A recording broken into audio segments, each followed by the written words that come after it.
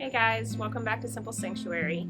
It is now July 5th. Hope everyone had a great 4th of July weekend. And we have entered into death season for Florida gardeners. Really any gardeners that are zone 9 and below. So July and August are so crazy hot here that a lot of the garden seems to just give up on life. This year, I am taking all the lessons I learned from the first half of the summer and applying them to the second half of the summer. So I'll be showing you guys what worked, what didn't work, and how we're going to be handling things going forward. Okay, the first thing I'm going to show you guys is the front bed. It's what I started with in the winter garden tour, which I'm using as kind of a comparison for this garden tour. But I am so proud of this bed. All of the wood that you see is recycled stuff that we had lying around. You can also see where the heat is really starting to take effect on things. I've already had to pull out some things, so there's an empty tomato cage there where there used to be a tomato. The runner beans are not quite as lush as they were a few weeks ago. We still have a few blooms on them and the pollinators love them, so as long as they keep blooming, I'm just gonna let them do their thing. I haven't gotten any more beans off of the runner beans, so I'm gonna re-sow those for the fall and see if the cooler weather helps us to get a better harvest. But yeah, for something I just threw together, I think this front bed has done really, really well. Okay, up next are the bean beds. When I showed you guys these, or this, in the winter, in January, we actually only had one and we expanded to 2 this growing season. So these are the bean beds. Like I said, this time of year, the heat's really intense. Our corn is shriveling up and dying. We've still got beans going on. We've been keeping beans growing constantly since last year, trying to nutrify the soil a little bit. Now this bed is the very first one we ever made. You will notice we don't have a lot growing in here right now. Basically, the heat got to a lot of what we had growing in here, and it was just time to pull it out and start fresh. So I've added a lot of little sweet potato nubs and starts in here. I've put in some late okra seed, and we're just gonna see what grows.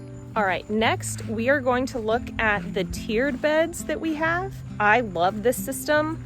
I was kind of skeptical of it, honestly, when my husband first did it, but I'm a convert. Like, I'm a big fan. We were really inspired by Three Sisters planting. There's also a lot of practical benefits to this. So if you are wanting to really experiment with companion planting and some things have a major taproot, you can plant them up here, plant some companions down on the bottom, things work together, it's fantastic. If you want to know more about this tiered planting system, please check out my Raised Bed 101 video. Now, in my winter video, I was telling you guys about how I was going to do my own spin on Three Sisters planting using sunflowers for structure and then try and grow melons up the sunflowers and do bush beans as a base. Honestly, that experiment failed miserably, but I think it was my fault and not like what I was trying to do. Look at this guy, isn't he cool? So the first problem with my experiment was that pests really took out my sunflowers. The other thing is that I used the wrong type of bean. So we've talked a little bit about these Thai soldier beans. They are super prolific. They love the heat and humidity here. They are actually a fantastic bean to grow in, the 9A and below region. They are not a bush bean. In any way, shape, or form are they a bush bean. As you can see, they have grown up and over absolutely everything. So the bean layer in Three Sisters planting is supposed to act like ground cover, and it'll help you keep moisture in your bed or your soil if you're planting straight in the ground. Thai soldier beans are not going to do that because they're going to climb. So I've got this sunflower stalk right here, and you can see it's doing fantastic for structure. Structurally, it's good. It's great. However, I don't have a ground cover layer because I chose the wrong bean type.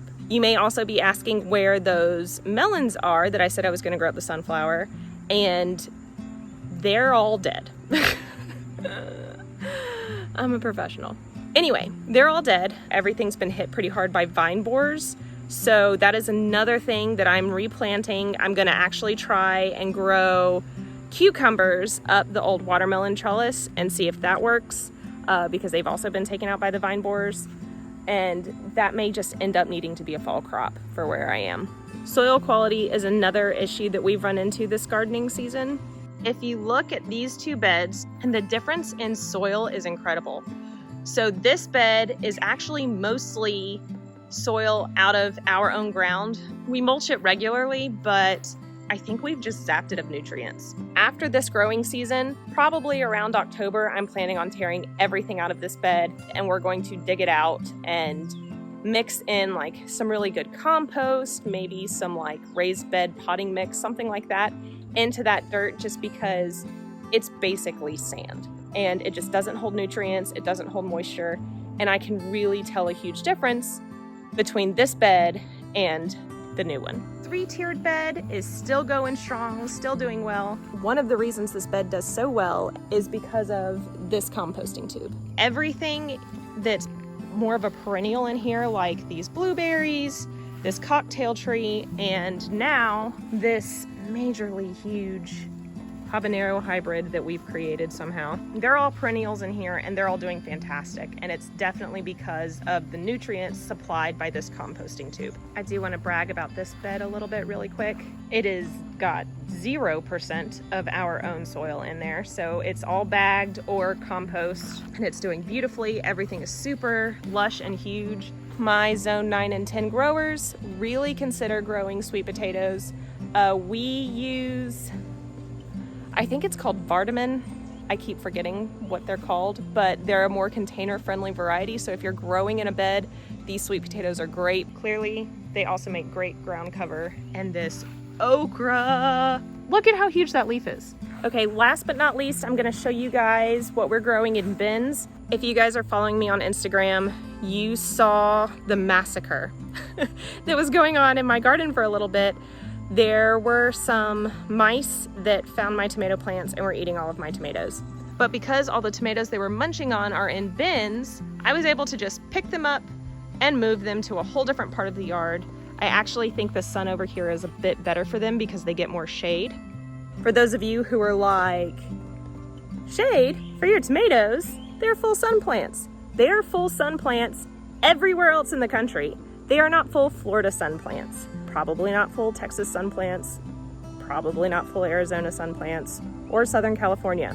Again, zone 9 and below, we have a whole different set of things. 6 hours of sun everywhere else in the country is not equivalent to 6 hours of sun here. It's brutal, y'all. However, they're all doing really well.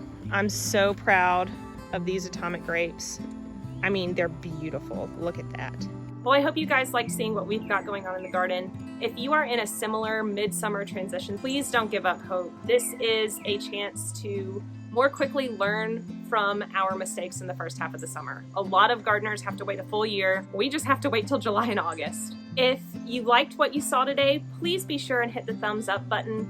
If you have any tips or tricks for growing in zone 9 or below, please leave those below. I am a newbie gardener and can use all the advice I can get. And if you want to follow along as we head into second summer and try some of our experiments again, please hit the subscribe button. Thanks for joining me today, guys. We'll talk soon.